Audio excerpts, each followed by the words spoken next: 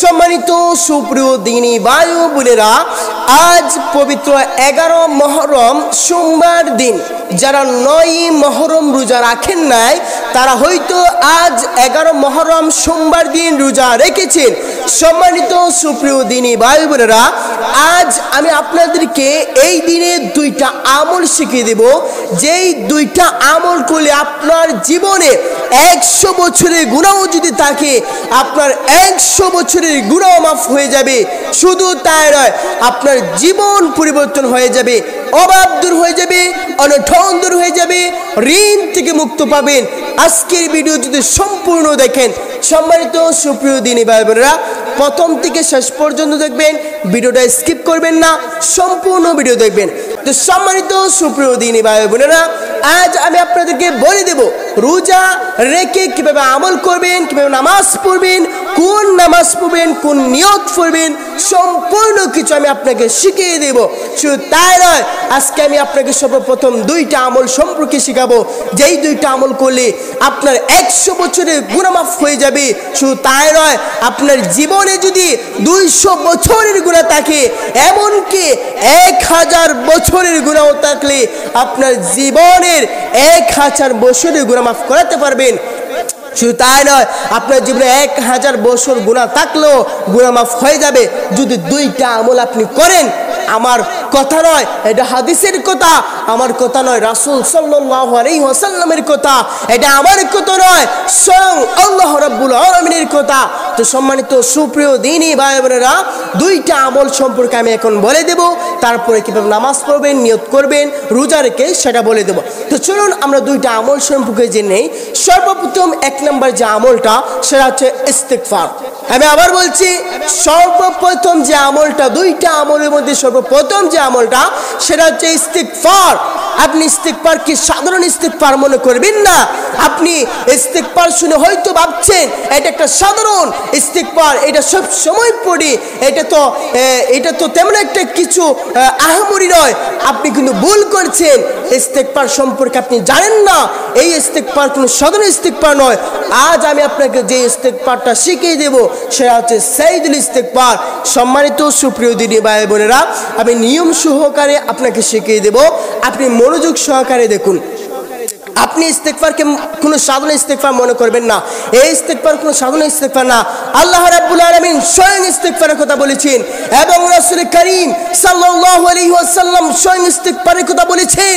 শুধু তাই নয়, মহান রাব্বুল আলামিন যেখানে ইস্তিগফারের কথা বলেছেন এবং আকাইনাম তাজদার মদিনা নবী মুহাম্মদ রাসূলুল্লাহ সাল্লাল্লাহু আলাইহি ওয়াসাল্লাম যেখানে ইস্তিগফারের কথা বলেছেন, আপনি কিভাবে এটাকে সাধারণ মনে করবেন? তো চলুন আমরা ইস্তিগফার কিভাবে পড়ব, আমাদের জীবনে 1000 বছরের গুনাহ থাকলে কিভাবে আমরা মাফ করাবো আল্লাহর কাছে, চলুন এই ইস্তিগফারটা আমরা শিখে নিই। এই ইস্তিগফারটা সাইয়্যিদুল ইস্তিগফার পাঠ করবেন। সাইয়্যিদুল ইস্তিগফার কখন পাঠ করবেন, কতবার পাঠ করবেন, সম্পূর্ণ কিছু আমি এখন শিখিয়ে দেব।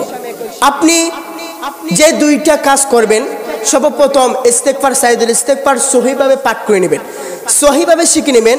সাইয়্যিদুল ইস্তিগফারটা এইভাবে পাঠ করবেন, আল্লাহুম্মা আনতা রাব্বি লা ইলাহা ইল্লা আনতা খলাকতানি وأنا عبدك وأنا على عهدك ووعدك ما استطعت وأعوذ بك من شر ما صنعت وأبوء لك بنعمتك علي وأبوء بذنبي فاغفر لي فإنه لا يغفر الذنوب إلا أنت। এই ইস্তিগফারটা সহিভাবে পাঠ করে নেবেন। পাঠ করা হয়ে গেলে এই ইস্তিগফারটা প্রত্যেক ফরজ নামাজের পর আপনি সর্বপ্রথম এই ইস্তিগফারটা যখন পাঠ করবেন সেটা হচ্ছে ফজরের নামাজের, ফরজ নামাজের পর একবার ইস্তিগফার পাঠ করবেন। রাসূল করিম সাল্লাল্লাহু আলাইহি ওয়াসাল্লাম হাদিস শরীফের মধ্যে উল্লেখ করেছেন, যেই ব্যক্তি ফজরের ফরজ নামাজের পর এই সাইয়্যিদুল ইস্তিগফার একবার পাঠ করবে, ওই ব্যক্তি মাগরিবের আগ পর্যন্ত, এই মাগরিবের আগ পর্যন্ত সে যদি মারা যায়, আমার রাসূল সাল্লাল্লাহু আলাইহি সাল্লাম বলেছেন ওই ব্যক্তি জান্নাত লাভ করবে।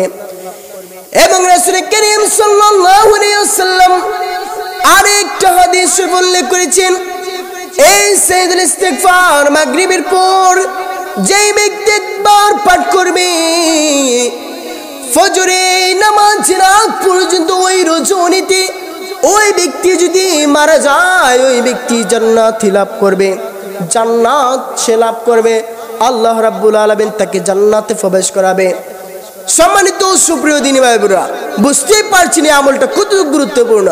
আপনি সকাল ফজরের নামাজের পর, ফরজ নামাজের পর আপনি একবার ইস্তেগফার পড়বেন, সাইয়্যিদুল ইস্তেগফার, এরপর মাগরিবের পর আরেকবার পড়বেন। এই রাত্রে দিনের দুই বেলার মধ্যে, এই রাইতি দিনের মধ্যে যদি আপনি মারা যান, আপনি জান্নাত লাভ করবেন। শুধু তাই নয়, আপনি ইস্তেগফার আপনি এই ইস্তেগফারটা প্রত্যেক ফরজ নামাজের পর একবার করে পড়বেন, এবং এই ইস্তেগফার প্রত্যেক ফরজ নামাজের একবার করে পড়বেন, এবং ইস্তেগফার পরে আপনি আল্লাহর কাছে কান্নাকাটি করবেন। অতএব আপনি দুই হাত তুলেও ইস্তেগফার পড়তে পারেন। ইস্তেগফার পরে আল্লাহকে বলবেন, আল্লাহ, দুইটা চোখের পানি ছেড়ে কান্না করবেন, আল্লাহকে ডাক দিয়ে বলবেন, আল্লাহ, এই ইস্তেগফারের উছিলা করে তুমি মাফ করে দাও, অতীতে যা গুনাহ করলাম আজ পর্যন্ত সমস্ত গুনাহ তুমি মাফ করো, আমি অপরাধী, আমি গুনাহগার, আমি স্বীকার করছি আপনি আল্লাহর কাছে। আল্লাহ রাব্বুল আলামিনের কাছে যখন কান্না করে দিবেন, আপনার চোখের পানি নাকের ডগা দিয়ে বেশি আসতে দিলে আল্লাহ রাব্বুল আলামিন বলছেন তার গুনাহ মাফ হতে দেরি নাই। সম্মানিত সুপ্রিয় দিনী ভাই বোনেরা, এই ইস্তেগফার, সাইয়্যিদুল ইস্তেগফার পাঠ করলে আপনার জীবনের গুনাহ মাফ হয়ে যাবে। আমরা এক নম্বরে আমল জানলাম। দুই নম্বরে আমলটা সেটা হচ্ছে লা ইলাহা ইল্লাল্লাহ তাসবিহটা প্রত্যেক ফরজ নামাজের পরে 100 বার পাঠ করবেন। এই তাসবিহ সাধারণ কোনো তাসবিহ নয়। আল্লাহ রাব্বুল আলামিন বলেছেন, আমার কালামুল্লাহ শরীফের উপর সমস্ত তাসবিহের মধ্যে শ্রেষ্ঠ একটা তাসবিহ আছে। এই তাসবিহটা হচ্ছে লা ইলাহা ইল্লাল্লাহ। মুসা কালিমুল্লাহ যখন আল্লাহর কাছে গেলেন, আল্লাহকে যখন বললেন, আল্লাহ, ও আমার আল্লাহ, আমাকে স্পেশাল একটা জিকির দাও, স্পেশাল একটা আমল দাও।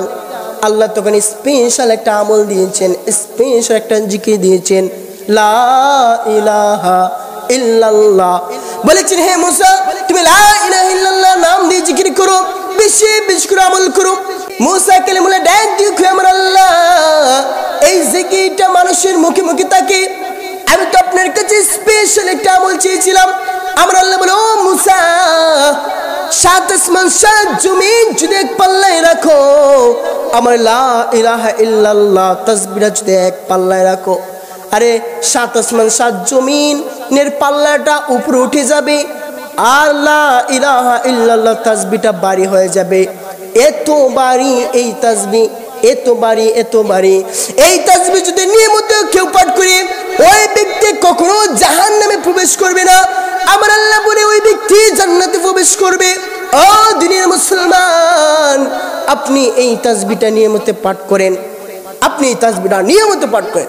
তো সম্মানিত সুপ্রিয় দিনী ভাই বোনেরা, আমরা জানলাম এই তাসবিহর ওজন, এই তাসবিহ কোনো সাধারণ তাসবিহ নয়, এটা মারাত্মক একটা তাসবিহ, পাওয়ারফুল একটা তাসবিহ। এই তাসবিহ পড়লে আপনার জীবনে অভাব থাকবে না, আপনার জীবনে ঋণ থাকবে না, আপনার জীবনে কখনো অনটন থাকবে না।